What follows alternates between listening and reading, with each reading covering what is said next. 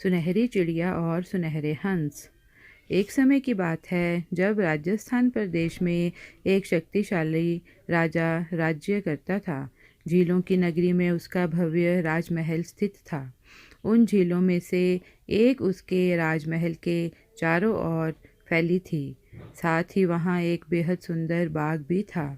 उस झील में बहुत से सुनहरे हंस विचरा करते थे।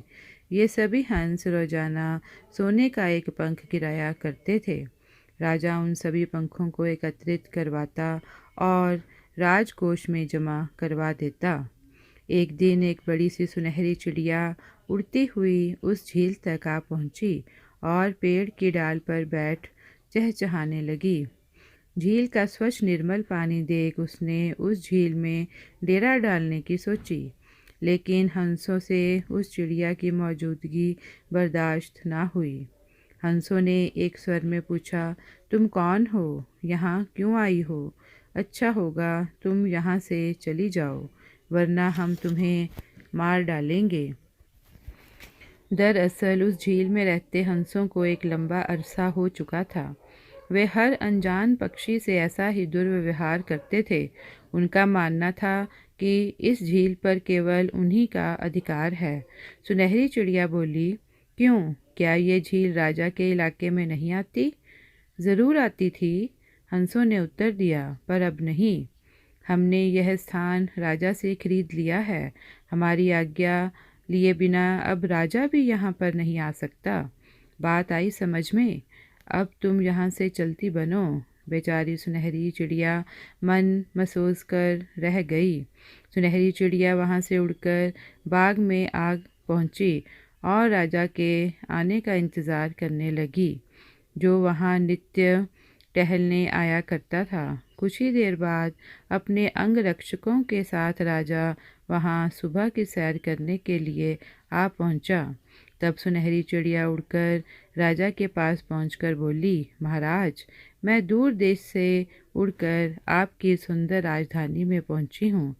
मैं यहीं रहना चाहती हूँ, लेकिन महल के पास वाली झील में रहने वाले हंसों ने मुझे वहाँ से भगा दिया। वे बहुत ही बदतमीज़ हैं। उनका कहना है कि वह झील उन्होंने आपसे खरीद ली है। मैंने उनसे कहा भी है कि यह तो कोई बात करने का तरीका ना हुआ, परंतु वह बदतमीज़ी करने से बाज ना आए। यह सुनकर राजा के गुस्से की सीमा ना रही। उसने सैनिकों को आदेश दिया कि उन दृष्ट हंसों का वध कर दिया जाए। उनकी हिम्मत कैसे हुई मेरे बाग में ऐसा कहने की। सैनिक झील की ओर चल दिए। एक वृद्ध हंस ने जब सैनिकों को नंगी तलवारें हाथ में लिए आते देखा तो वह तुरंत सारा माजरा समझ गया कि क्या होने वाला है। उसने सभी हंसों को एकत्रित किया और कहा, अब हमें किसी अन्य झील में ठिकाना बनाना होगा, क्योंकि राजा के सैनिक हमें मारने के लिए आ रहे हैं। पहले तो सभी हंस यह बात सुनकर मुस्कुरा दिए। उन्होंने सोचा कि सैनिक तो रोज ही आते हैं सोने के पंख एकत्रित करने, लेकिन जब बुद्धि में स्थिति की गंभीरता समाई तो वृद्ध हंस की सलाह पर अन्य हंसों ने अमल किया और सैनिकों के वहां पहुंचने से पहले ही उड़ चले। इधर एक अजनबी की सलाह मानने पर राजा पछताने लगा कि क्यों उसने सुनहरे हंसों को मारने की आज्ञा दी। अब उसे रोजाना सोने के पंख कैसे मिल पाएंगे? अपने बुरे स्वभाव के कारण सुनहरे हंस झील को छोड़कर जाने को विवश हो चुके थे। सुनहरे हंसों के चले जाने के बाद राजा इतना निराश हुआ कि उसने उस सुनहरी चिड़िया को भी उस झील में रहने की अनुमति नहीं दी। सीख: किसी अजनबी के कहे पर आंख मूंद कर विश्वास करना ठीक नहीं। साथ ही स्वभाव ऐसा घमंडी नहीं होना चाहिए जैसा उन सुनहरे हंसों का था। धन्यवाद।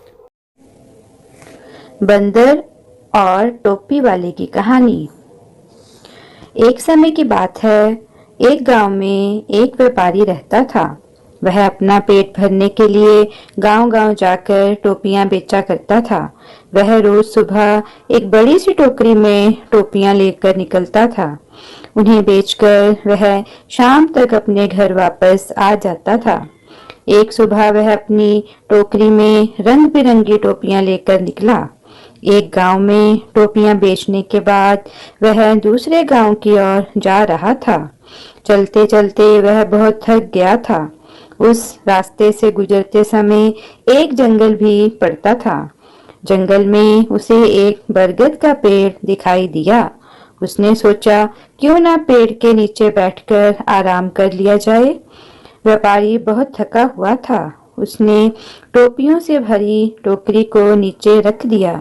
उसके बाद व्यापारी गहरी नींद में सो गया।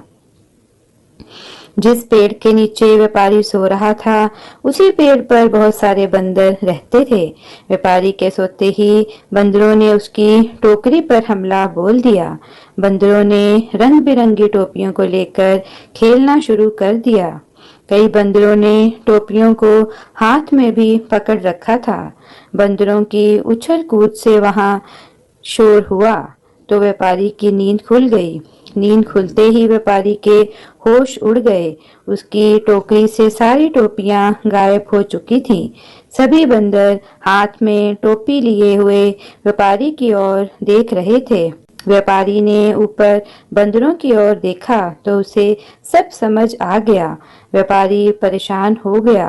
वह सोच में पड़ गया कि अब टोपियां ना बेच पाने के कारण उसका कितना नुकसान हो जाएगा। यह सब सोचते हुए वह अपना सिर खुजलाने लगा। उसे ऐसा करते देख बंदर भी अपना सिर खुजलाने लगे। व्यापारी को यह देख गुस्सा आ गया। उसने गुस्से में अपने सिर पर अपना हाथ तेजी से मारा। बंदरों ने भी अपने हाथ से अपने सिर पर तेजी से मारा। बंदरों को ऐसा करता देख व्यापारी को समझ आ गया कि बंदर उसकी नकल उतार रहे हैं। अब व्यापारी को एक तरकीब सूझी जिससे वह अपनी टोपियां वापस ले सकता था। अब व्यापारी ने सिर पर पहनी टोपी को जमीन पर फेंक दिया। बंदरों ने भी व्यापारी की नकल उतारते हुए अपने सिर पर पहनी हुई टोपियां जमीन पर फेंक दी। व्यापारी की तरकीब काम कर गई थी। उसने जल्दी जल्दी सारी टोपियां इकट्ठी की। टोकरी में सभी टोपियों को रखने के बाद व्यापारी वहां से तुरंत उन्हें बेचने के लिए दूसरे गांव की ओर चल दिया। इस कहानी से हमें यह सीख मिलती है कि परिस्थिति चाहे जैसी भी हो, हमें घबराना नहीं चाहिए। हर हाल में हमें समझदारी से काम लेना चाहिए। धन्यवाद। एक गांव में रामू नाम का आदमी बाजार से एक मुर्गी खरीद कर घर लाया। वह अति प्रसन्न हुआ जब उसने देखा कि उसकी मुर्गी रोज सोने का एक अंडा देती है। उन अंडों को बाजार में बेचकर रामू शीघ्र ही गांव का सबसे धनवान व्यक्ति बन गया। रामू बहुत लालची व्यक्ति था और अधिक से अधिक धनवान बनना चाहता था। एक दिन उसने सोचा कि क्यों ना एक ही बार में मुर्गी का पेट चीरकर सारे के सारे अंडे निकाल लिए जाएं, जिससे वह पूरे राज्य का सबसे धनवान व्यक्ति बन जाएगा। वह रसोई घर से एक तेज चाकू ले आया और मुर्गी का पेट चीर दिया। सोने के अंडे की जगह उसके हाथ केवल खून और मांस ही लगा, जिससे वह पूर्ण रूप से निराश हो गया। वह अपनी मूर्खता पर पछताने लगा, लेकिन अब पछताने से कोई भी लाभ नहीं था। शिक्षा। इस कहानी से हमें यही शिक्षा मिलती है कि किसी कार्य को करने से पहले भली भांति सोच विचार लेना चाहिए और लालच बुरी बला है। हमें जो भी मिले उसी में संतुष्ट रहना चाहिए। जैसे रामू ने अधिक लालच किया और उसे बाद में पछताना पड़ा। धन्यवाद।